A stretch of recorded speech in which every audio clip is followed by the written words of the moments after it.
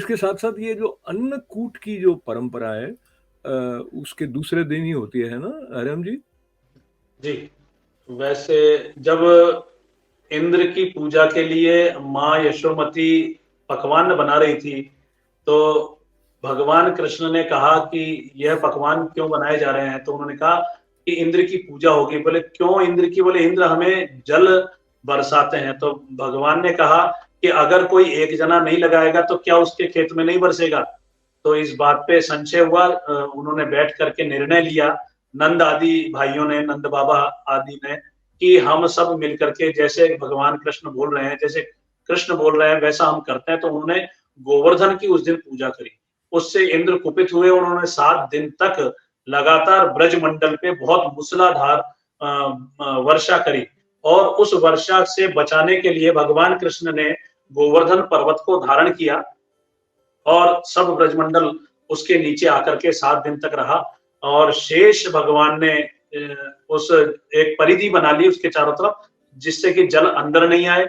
और भगवान कृष्ण का सुदर्शन बाकी जो 1-2 बूंद पड़ गई थी उसको भी सुखा दिया। और अगस्त जी जो रामावतार में जिन्होंने एक बार सीता जी ने भोजन कराया था, आपने यदि कथा श्रवण करी हो, तो उस समय जलपान नहीं किया था उन्होंने।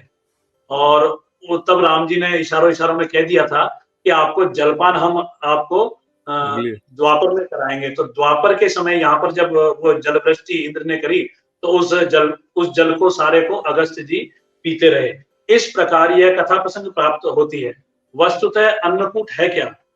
अन्न का कोना, कूट कहते हैं कोने को। अब क्या है कि पिछला जो भी शस्य था हमारा, जितनी भी फसल थी, उसका एक समापन का समय लगभग यहाँ पर आ चुका होता है। और एक नई फसल की तैयारी हम यहाँ से सर्दी की फसल की तैयारी हम यहाँ से कर रहे होते हैं। तो अभी तक जो भी चौमासे का, जो भी चातुर्मास का जो भी उत्पन्न अनाज, धान्य, बाजरा है और शस्य नए आए हैं, ये सब जो है ना हमें यहाँ उपलब्ध हुए हैं। तो हम भगवान को पहले निवेदित करके, तुम ही निवेदित भोजन करही, और उस प्रसाद को हम पाएंगे।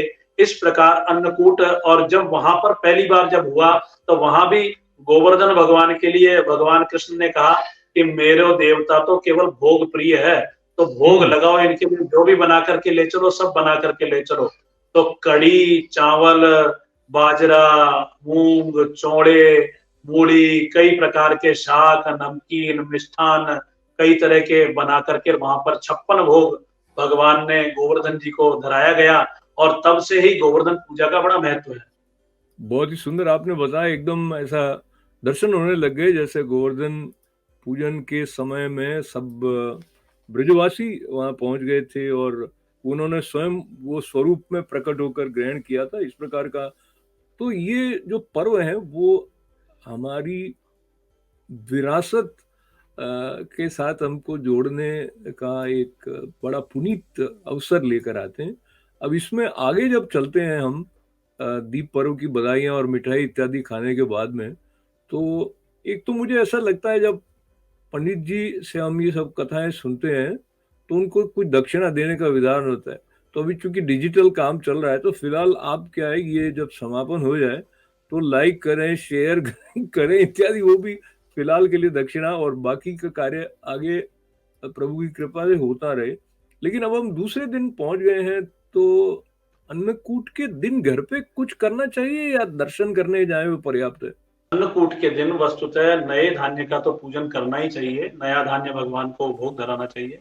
वस्तुतः गोवर्धन है क्या? गोवर्धन हमारी प्रकृति से जुड़ने की एक पूजा है।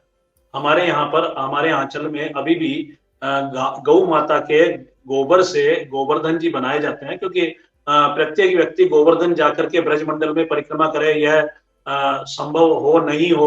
तो आप जहां भी हो, गोबर से गोवर्धन जी का स्वरूप बना करके, चतुर्भुज गोवर्धन का स्वरूप बना करके, उनके मुख अरविंद में थोड़ा दूध भर के और कई प्रकार के मिष्ठान का भोग लगा करके, ये गो कौन है? इस गौ से ही, because cow is the source of nectar, तो क्योंकि ये गाय ही है जो अमृत को देती है।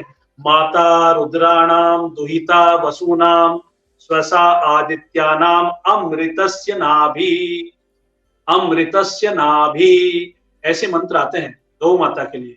तो गो का वर्धन होना चाहिए, गो का वर्धन होना चाहिए। अब ये गो वस्तुतः कौन है? यह सूर्य से जो किरणें चल रही है ये भी गो है, उनको भी गो कहा जाता है। गो नाम इंद्रिय का भी है, गो नाम किरणों का भी है, गो नाम गौ का भी है। और तीनों की कुछ न कुछ समानता है। किरणों में भी गौ है, हमारी इंद्रियों में भी गौ है। गौ चलती है, इंद्रियां भी चलती है, तो इनका वर्धन होना चाहिए, संवर्धन होना चाहिए। इनको नष्ट नहीं करना है, इंद्रियों को व्यर्थ में नष्ट नहीं करना है, उन किरणों को व्यर्थ में नष्ट नहीं करना है। और इन्हीं गौ के संवर्धन से ही गोत्र की वृद्धि होती है।